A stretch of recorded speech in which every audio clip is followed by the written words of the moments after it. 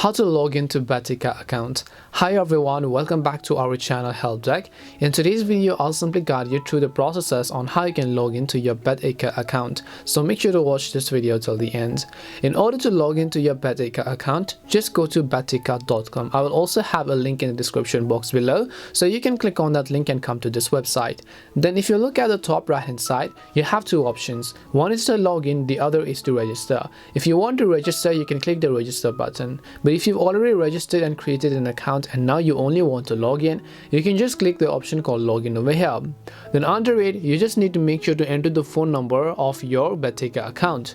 Once you enter the phone number, make sure to also go ahead and just simply enter your password.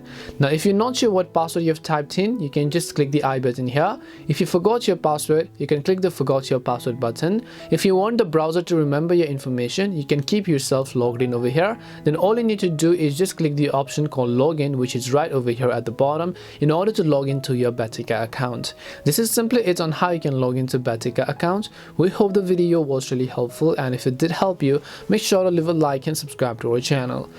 If you have got any questions, queries or doubts, feel free to leave them down. Thank you very much for watching till the end, and see you in the next video.